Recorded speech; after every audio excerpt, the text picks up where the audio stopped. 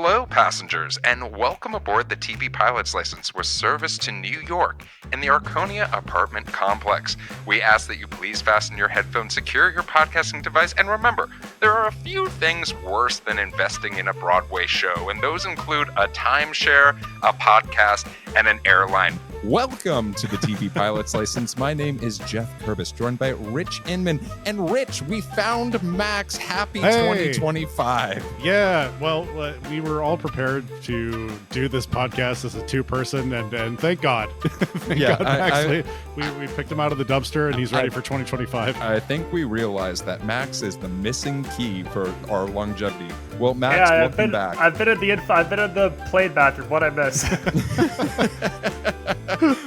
Well, boys, this week, and to open up our 2025 podcasting slate, we are talking about Only Murders in the Building, which you can actually right now find on ABC.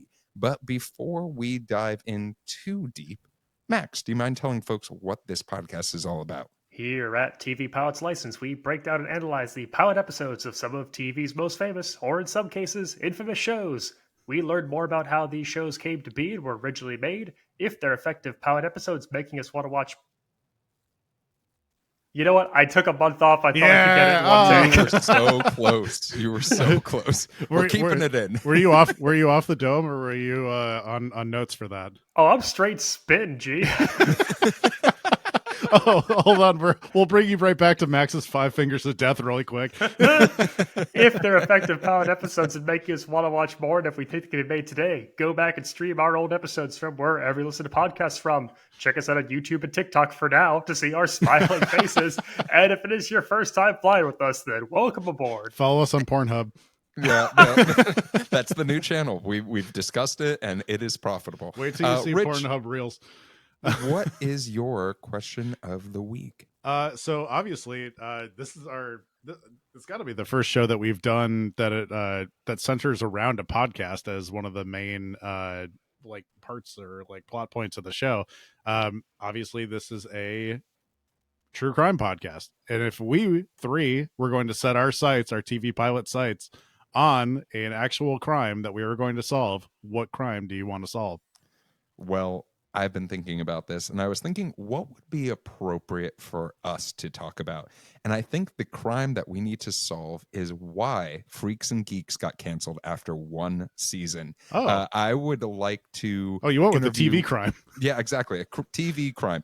We are a podcast that solves the TV crimes of why beloved cult hits got canceled and what was the... business, what were the corporate reasons why some of these shows that, you know, had many adoring fans got canceled without a second thought by some executive in a suit. But I know that's not really a fun answer, Rich. So, Max, what are you thinking as far as the crime that we're solving?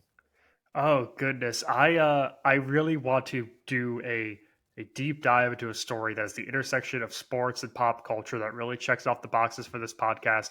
And it's not really a crime, but it's a long, festering rumor in circles. And that is, we get to the bottom of whether or not NBA star Paul Pierce, in fact, pooped himself in an NBA Finals game. Why do you guys pick such harmless crimes?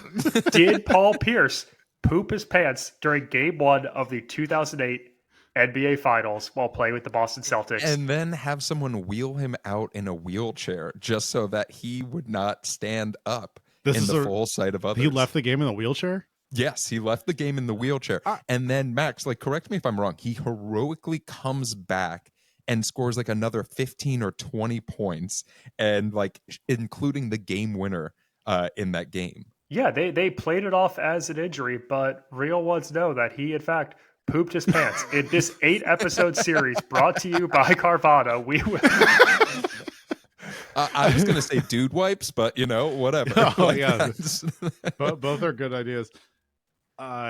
Also, my God, how beautiful it would be to have Paul Pierce poops pants on saying over and over on the radio podcast. On the podcast, yeah. Paul Pierce poop pants podcast.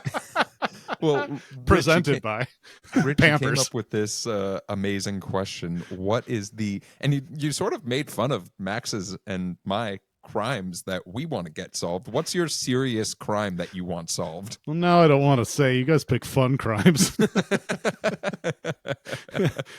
First of all, I found a name for our podcast, and it would be called Jew Detective.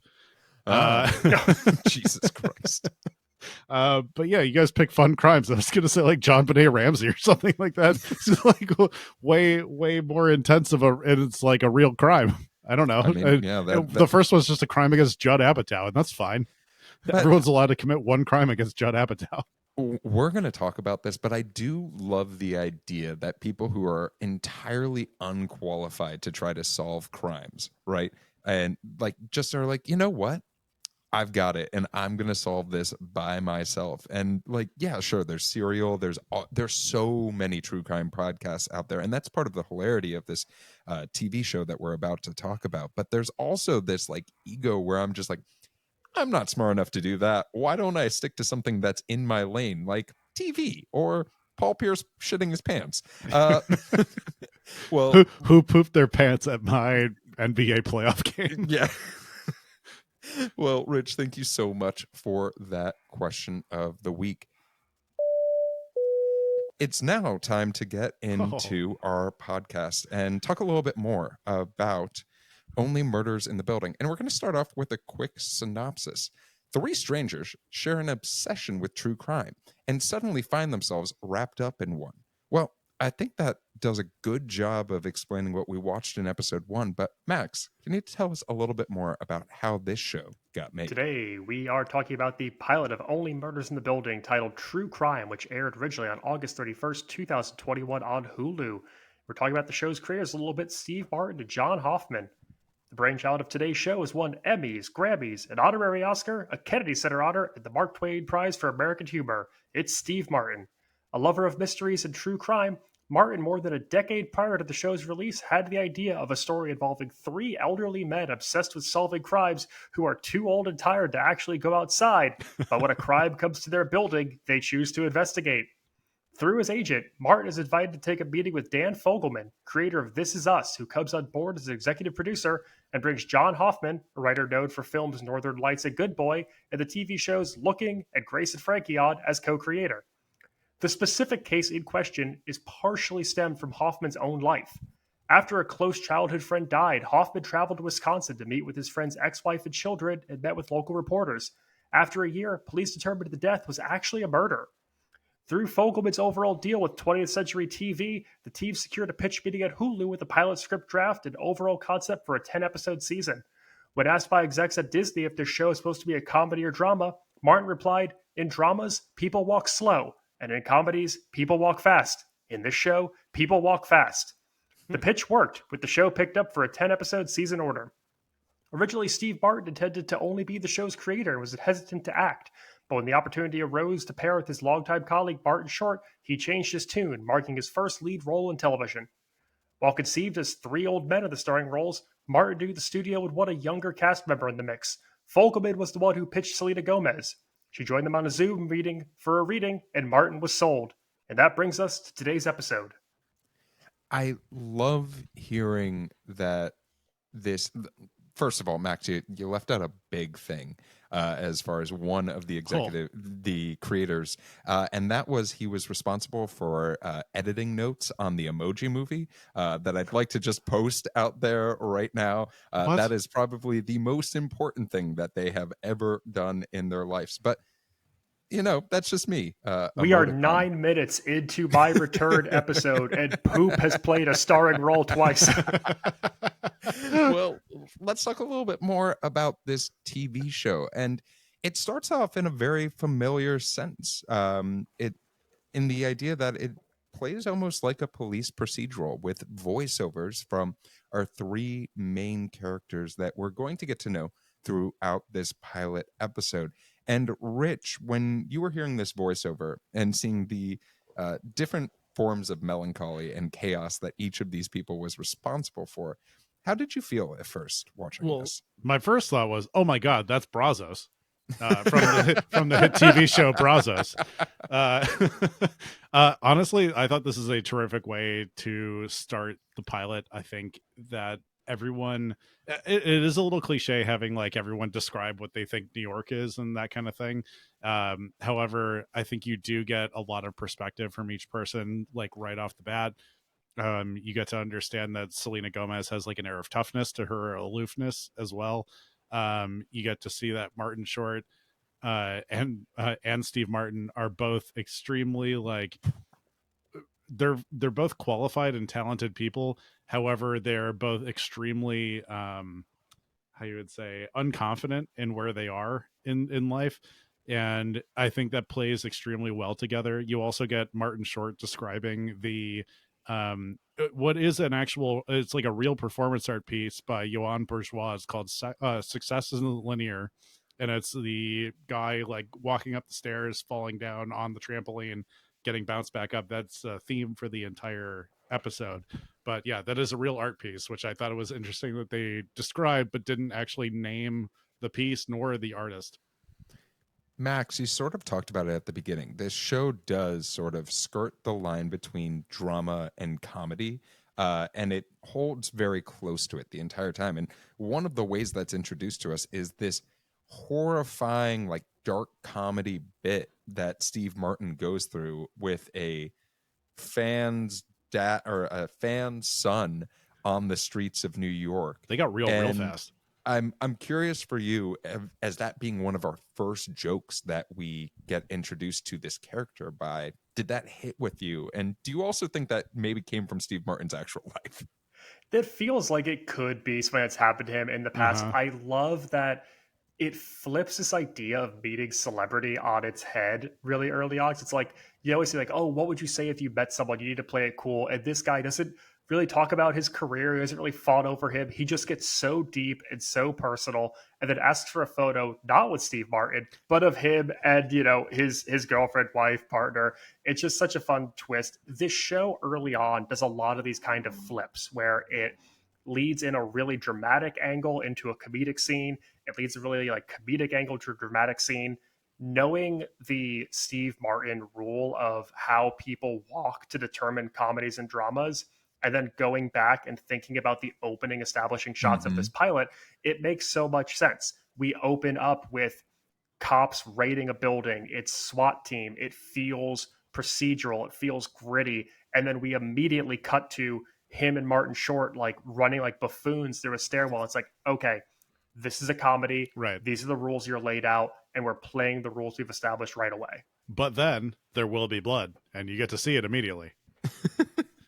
Well, one of the other things that happens fairly early is we get, and I have to give credit, one of the most interesting and beautiful intro sequences I've seen in a bit. I love the mix of the animation that is used, as well as just some of the art that's used in this. I will say is a pet peeve of mine that the apartments not being in the correct order based off of the billing of this is really fucking with me. I'll just put it plainly. I was like, we could have changed it a little bit, gone back and forth.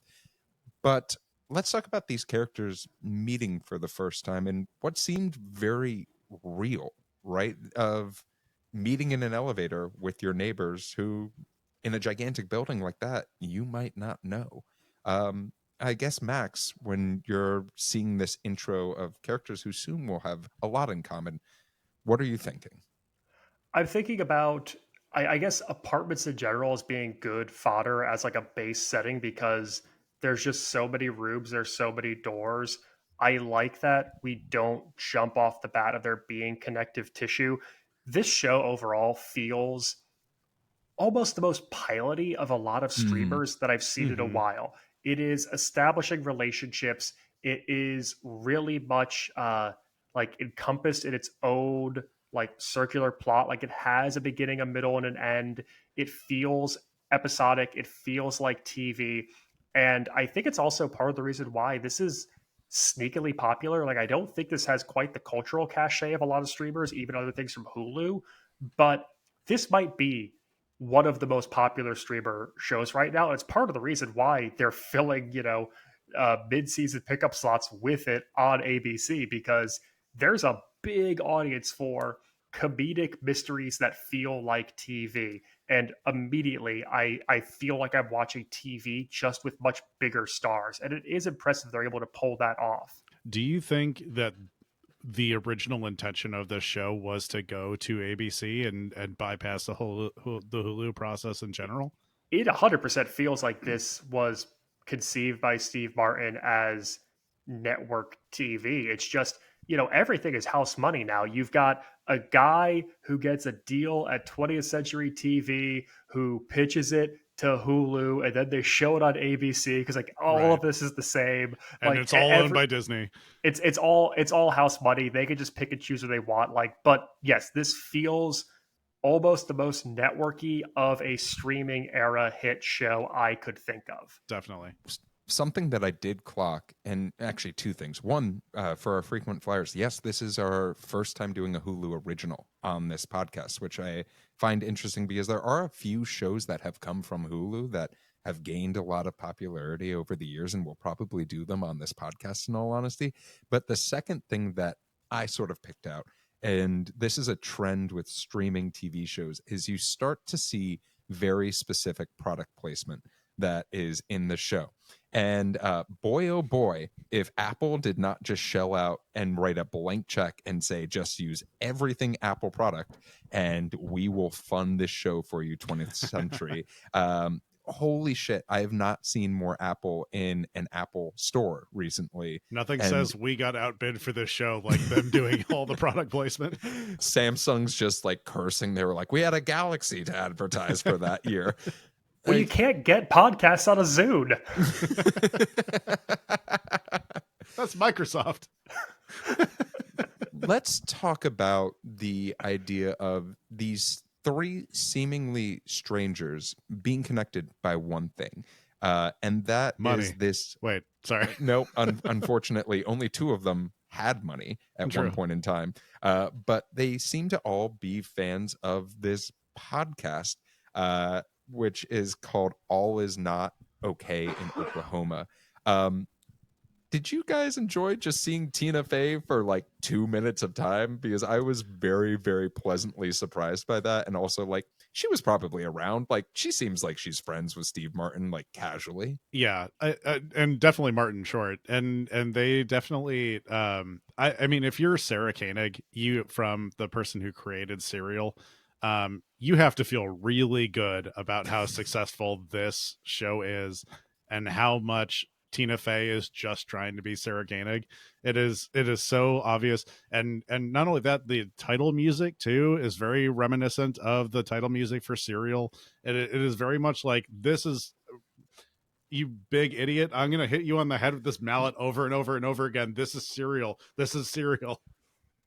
If you have a cadence that could just be parodied, Yep. you've made it in podcasting. Mm-hmm. I want to know what this alternative world is, though, where people meet up in trendy restaurants and they have coffee and wine and they listen to podcasts with people together. If you are a frequent flyer of TVPL and you want to go hang out at a French bistro with two of your friends and have a nice meal on a Thursday night and talk about our latest episode, let us know. We would love to see you getting nice meals and wine and coffees together and dissecting our podcast episodes the days they drop. Send us pics. And yeah, Invite us. It's or invite us. I have nothing to do.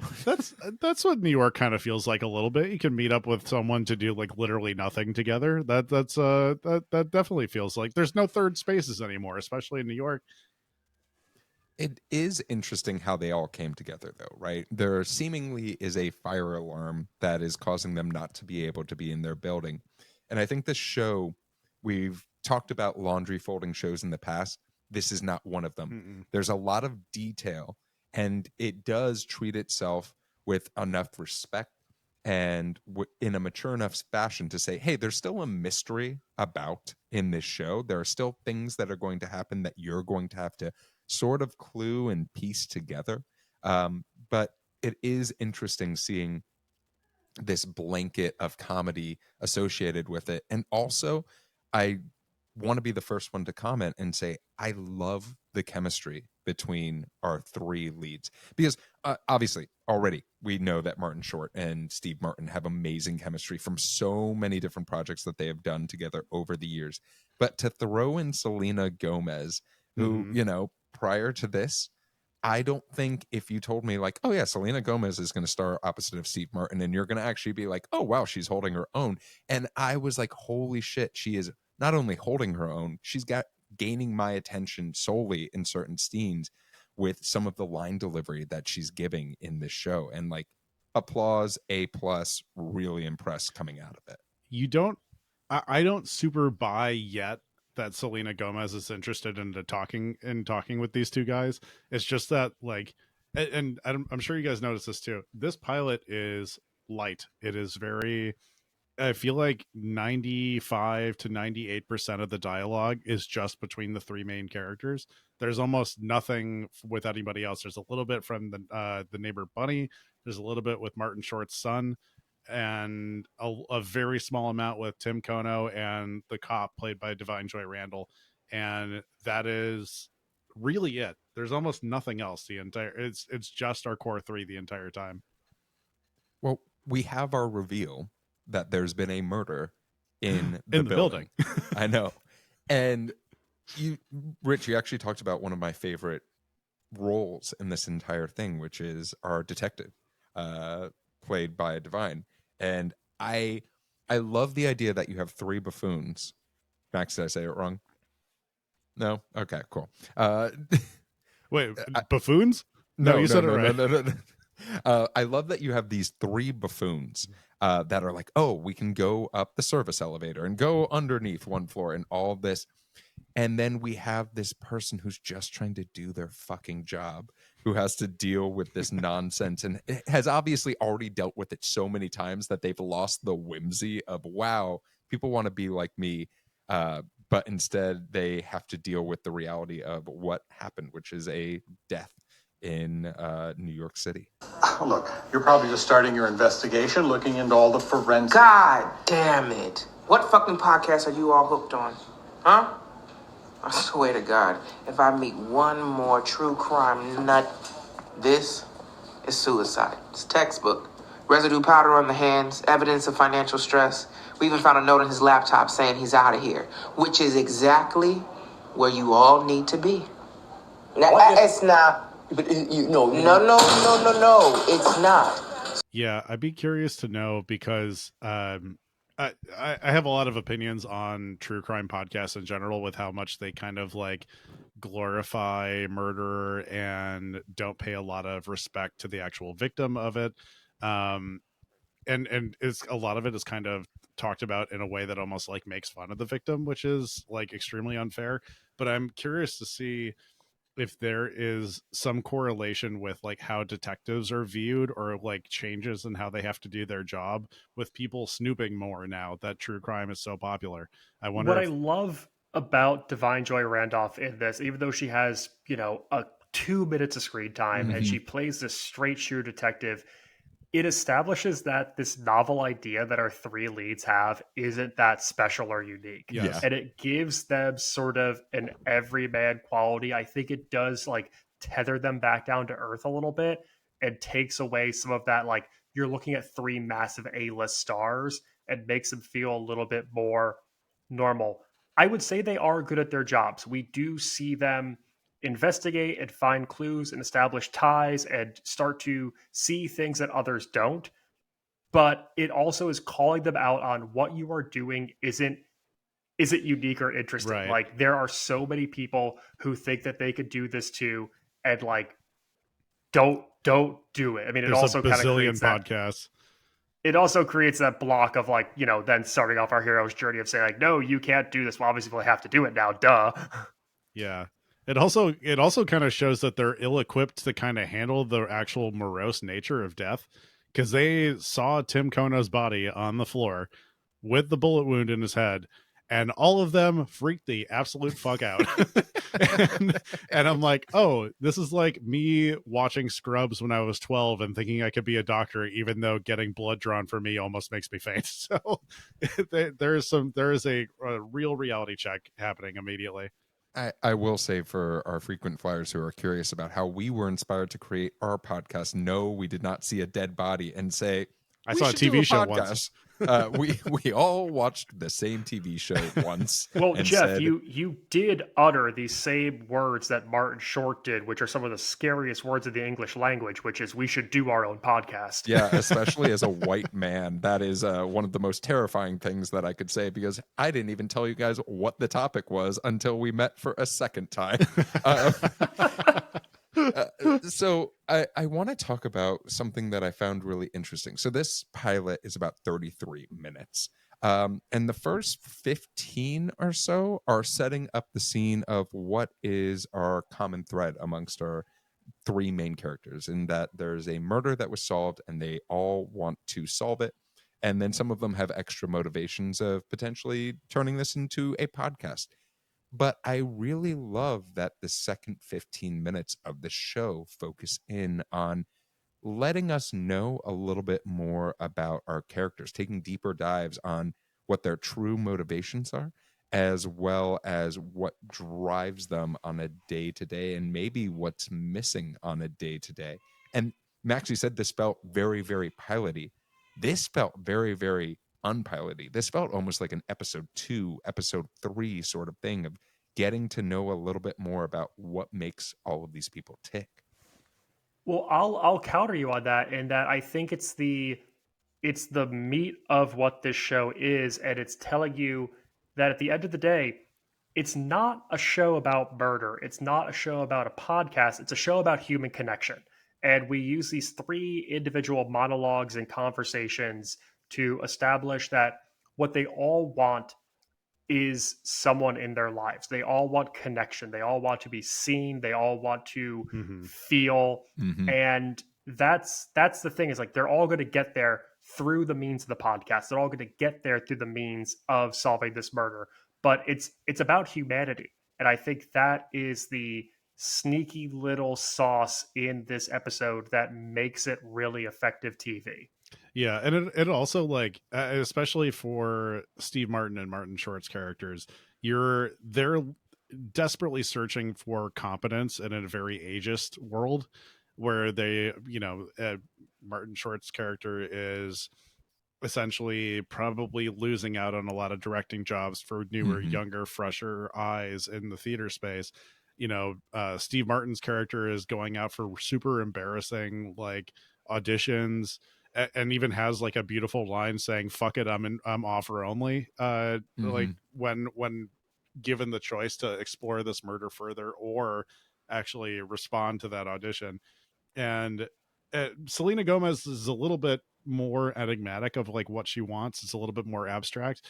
But yeah, I mean, I think they do a good job of setting up like what those two want specifically right away. Well, as this episode, this pilot sort of comes to an end, it does do a great job of leaving us with an amazing hook to press that next episode if you're watching it on Hulu, in that we get a gigantic clue about what is to come, and maybe our characters know a little bit more about the man that was murdered than they have let on. Did y'all like the clue at the end? Did you like the hook? Maybe you were like, it was a little ham-fisted.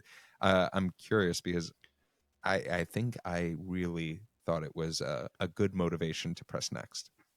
I thought it was good that they made Selena Gomez's character kind of an unreliable narrator. That really threw a wrench in it. This is also one of those shows where it's kind of like you want to keep following the clues in the same way that Steve Martin's character like slaps down the map and he's like planning out everything from the podcast and all that. Yeah, I think it's they're doing a good job of like, not everything is as it seems. However, even for the main characters, it's not as it seems. A great true crime mystery unpeels itself like an onion. First the crime, then the characters, and then their secrets. The secrets are the fun part. So I thought that was like a good foil into everything. Max, what about yourself? You need that bait to get you to keep watching. You need that big cliffhanger moment, especially on the pilot. And I think it adds a layer to the mystery that is going to be intriguing because someone has skin in the game. Yeah, as far as clues go, it's a little bit more of a breadcrumb than Steve Martin coming up with an elaborate plan to scavenge an apartment and having the clue right on the table in front of him all along. I like that we get both. I like that our first two clues come from a little breadcrumb drop and a big bombastic slapstick comedy moment. It's fun that we get things in both ways. Max, would you call him Mr. Bombastic? Oh. Yeah, so that is our pilot, gentlemen. But I'd love to take a little bit of time to talk about things that we loved, maybe things that we didn't get to talk about prior that you think deserve a little bit more love. Either of you guys have anything? Oh, I got two things. Rich, go for it. First thing is you wouldn't expect this group, specifically Steve Martin and Martin Short, to have the ability to continue their normal patter of like just shitting on each other the entire time, because they're relative strangers in the script. They shit on each other the entire time. It is beautiful. I really love that they kept that dynamic in there. Also the combination of them both shouting Becky's panties at Selena Gomez in the cafe. Get out. What the fuck is in Bo's mouth? Becky's panties. That really tickled me a lot. Max, what about you? Yeah, I have to agree with Rich. I love how much their personal dynamic plays into this, and it does so in an authentic way. Like, I feel like I'm watching them, but I'm also engrossed in the story. I love that there's a bulldog in a stroller. Why didn't we talk more about the bulldog in a stroller? And I love the reveal of when they say what the name of the show is. When Martin Short tries to introduce a second companion podcast. Guys, take it from us. Get the first one under your feet first. It's a lot of work to manage one independent podcast. Don't try to do two off the dome. Yeah. Try to get three people to post one Instagram.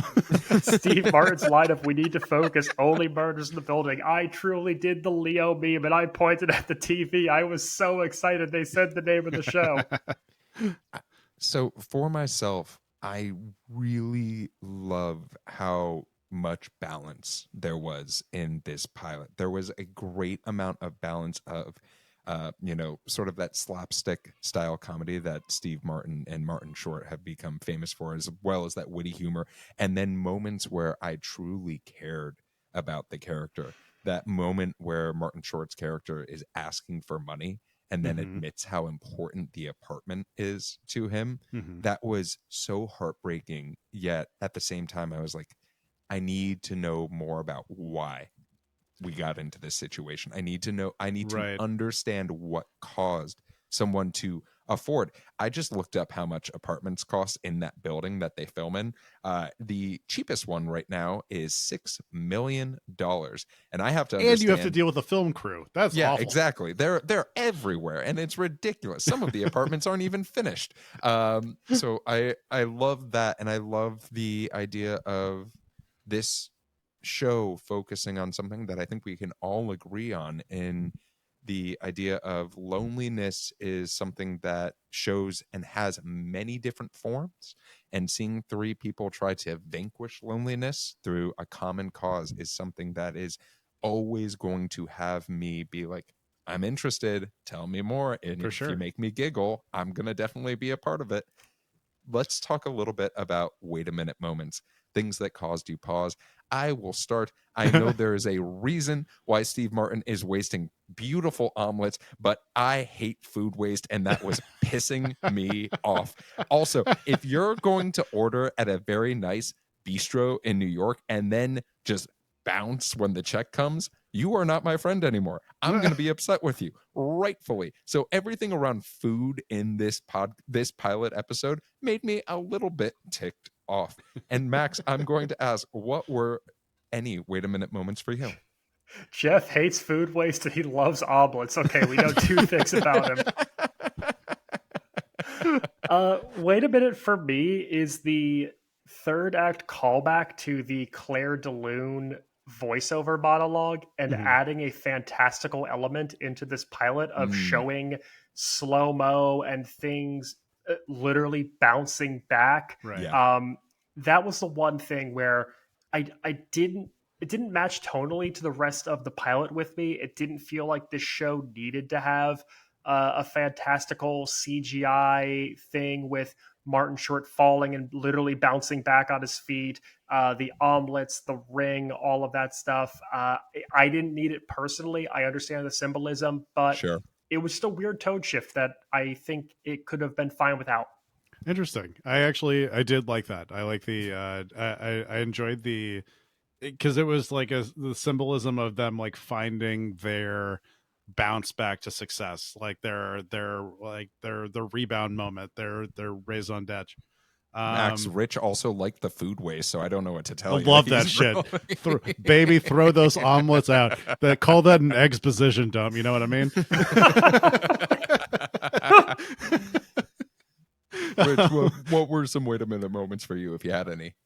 So this is more just like an overall note. I think that this script jumps around quite a lot. This the jumping around and like the concurrent scenes happen pretty consistently throughout the entire show, and I don't think you need that. And the whole reason I say that is because I think you get lost in being able to follow one individual character's own development, and you end up at the end of this pilot knowing like cursory details about each person, but not enough that make you buy into each person and their own struggle and stuff like that. It's like fine, but and I know they tee it up to learn more about each person later on, but if we're going solely in the vacuum of the pilot, my main note is that I would like to have learned more about each character from the pilot. I think that's a really fair observation as well. Thank you so much. Well, thank you, gentlemen, for those wait a minute moments. No in-flight questions this week, but we'll make sure to talk about how to submit those at the end of the episode, just so that we can start off 2025 with more of your questions and voicemails. Well, let's talk a little bit about the history of this show. This show currently has 4 seasons and 40 episodes, and just got confirmed for a 5th season nearly days ago. Wow. Before recording this episode. I will just say, if you get past the first episode of this show, some of the guest stars on this series are insane. It is insane. Genuinely insane. I'll just name a few. Sting is in the show for a multi-episode arc. Well, he's an Englishman in New York. Matthew Broderick, Ron Howard, Mel Brooks, and many, many more. Meryl Streep, right? Yeah, it's God bless. Absolutely insane. Do they do any scenes of Sting and Divine Joy Randolph together? Because he's in the police. God damn it. God damn it. So Hulu has stated, as far as the show and its popularity, that this blew any original series of theirs out of the water as far as viewership. It's super interesting because I was trying to find viewership. This show started being shown on ABC last year as a filler, at that mid-season filler. January 2nd, same day that it started this year. But I couldn't find any viewership numbers. So I'm really curious about how well it has done, as that, like, let's fill some time while we're waiting for new things to come up. Let's talk about awards and let's talk about nominations. There are 210 nominations for this show in 4 seasons, which is amazing. 15 of those Frasier are numbers. Emmy nominations, 16 Golden Globe nominations. Unfortunately, no wins in either of those categories. There were 36 total wins. A few of those were Creative Emmy Awards, which not so surprising with the streaming nature of this show. That does tend to happen sometimes, unfortunately. There were also some Satellite Awards and an American Film Institute Award. Unfortunately, Martin Short does not have a surfboard that I am aware of from this show, but I will get back to you if I learn of any updates. I do want to mention that for this show, there is a companion podcast called Only Murderers in the Pod, which does have background behind the scenes with actors, writers, and producers as well. And if you're super interested in this show, then I implore you to go and check that out and support some of the people who are doing awesome work, but not after you listen to this episode. Please keep Martin Short off the streets. But that is the history of the show. And Rich, it is time for your game of the week. All right, I'm gonna keep it brief because I'm sick. Max just had a baby, and Jeff, I'm sure you're tired too. Sure. All right, I want to I ate a know. big burrito before this. Oh, good for you. Good for everybody. Say congratulations to Jeff in the chat. All right, so I want to know what is higher, the amount of Selena Gomez's Kids' Choice Award wins, the Steve Martin's total Grammy nominations, or episodes of Mulaney that Martin Short has appeared in. Which number is higher? And I can say that again for the people at home. The amount of Selena Gomez's Kids Choice Award wins, Steve Martin's total Grammy nominations, or episodes of Mulaney that Martin Short has appeared in. I'm going to go with Grammy nominations for Steve Martin. Yeah, I was also going to say Grammy nominations for Steve Martin. Excellent choice. It is Steve Martin's 15 Grammy nominations. Selena Gomez has 12 Kids' Choice Award wins, and Martin Short with the prestigious award of being in 13 episodes of the John Mulaney sitcom Mulaney. Selena Gomez, pick up the banjo. So yeah, that covers both his, like, obviously his comedy albums, his audiobook, and his band, his bluegrass band. That's amazing. Well, Rich, thank you so much for that single question, but awesome question game of the week. Our episode is coming to a land. Our flight is coming to a land, gentlemen. But before we bid our adieus, I have two questions for each of you. And one of those questions is based off of the pilot and the pilot alone. Would you continue watching this show? And then our second question is, this is a super interesting show, and the idea that it started on Hulu, it found some success, it's continuing, we're on 5th season, and now it's on ABC, and it's obviously doing it well enough that ABC is like, we can just keep on doing this for free-ish. Do you hope that this is more of a trend that we see of shows that find success on streaming taking up space on TV, or maybe do you want to just leave TV alone and let it be TV and not copy from Netflix's Disney Plus, Hulu? I could keep on going. Paramount Plus, Peacock.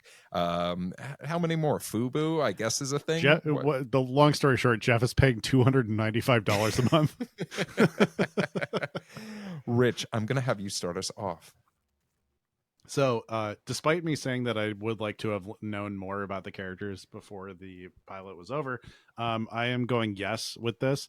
However, I did just have the thought that I don't know if the show would have legs if it was not a absolute A-list dynamite cast.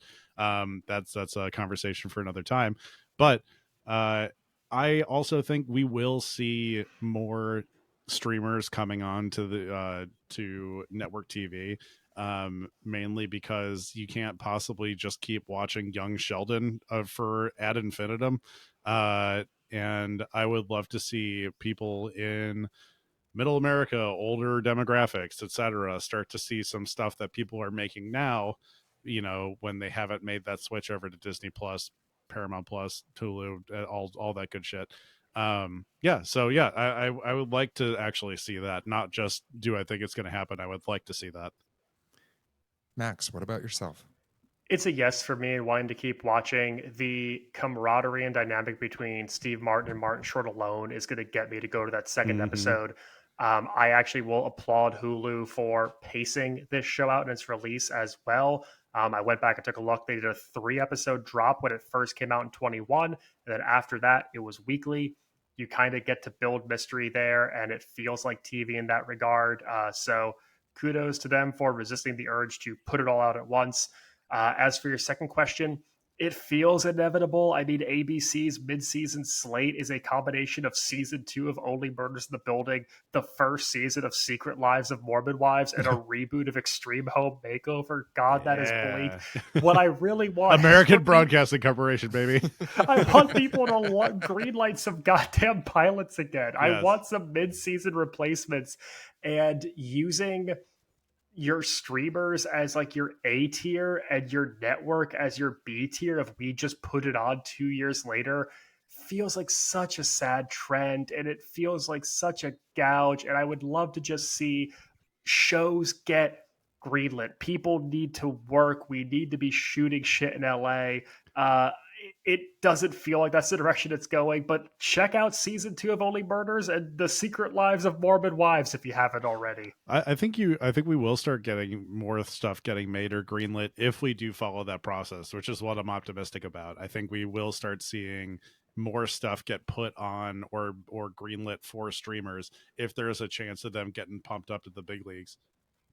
Yeah, and for myself, spoiler alert, gentlemen, last night was the first time I've ever watched an episode. Shut the fuck up. That was like the first time ever that you First time. And I can tell you honestly that I grew up on Steve Martin and Martin Short. Like I one of my favorite movies of all time is Father of the Bride.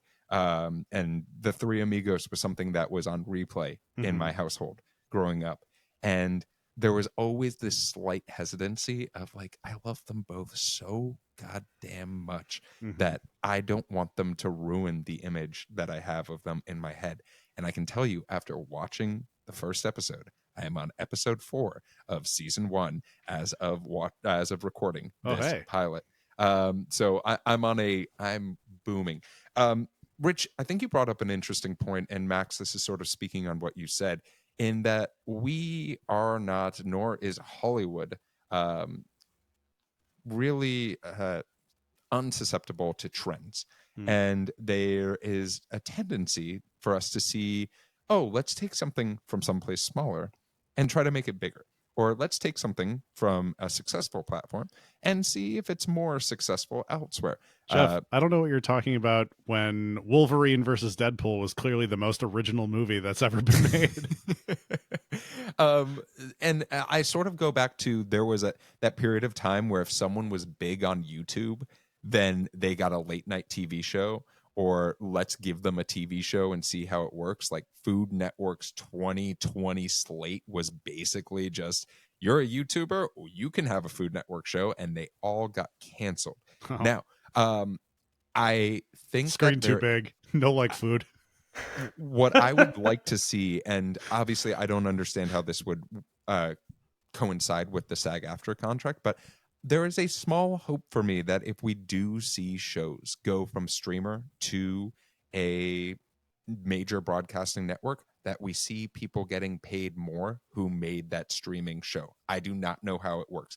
There's a small part of me that's like, fingers crossed that they get more money, right? Because I know that the way it works on streaming is not as nice as it is for the big boy broadcasting. But if we are going to make that pivot and make that switch to, hey, you got to have the Hulu, you got to have the Disney Plus, and then like if you have cable, or if you just have rabbit ears on your TV, you're fucked and you get everything 2 years later. That's going to be unfortunate. And I would love to see more original stuff on TV, but for now, I am going to have my $290 worth of different streaming services so that I can stay in the know for my TV pilot podcast. But gentlemen, that is our flight. And before we go, I would love for folks to know where they can find you. Rich, where can folks find you if they want a little bit more of you? You can find me on the hit TV show Brazos, and you can also find me on Instagram at Damn That's Rich. You can find original sketch comedy for myself, which we've and Max, which we've been filming nonstop for the last year, and now all the videos are about to drop, baby, on Dead Wagon Comedy on TikTok and Dead Platform. Max, as Rich contemplates life choices, where can folks find you? Oh, you can catch me being a goddamn true crime fucking numbnuts, and you can find me on all things social media at Maxwell Singh. And you can find me yelling at Steve Martin about wasting food. Steve, I'll eat the omelet if you just send it and put it in a styrofoam container. But if you're looking for me on social media, you can find me at Run Jeff Run. If you're looking for the TV Pilot's License, you can find us anywhere you listen to podcasts. You can also find us on all social media platforms, including the dead ones like TikTok. If you have a question about our show or for our next episode, You can actually go and submit a question at tvpilotslicense.com, or you can give us a call at 213-290-1713. Make sure to watch out for our Instagram for some of the sneak previews of some of the stuff that we have coming up. But with the plane landed and the seatbelt sign off, we look forward to flying the bright skies of the TV world with you again soon. And until then, Becky's panties.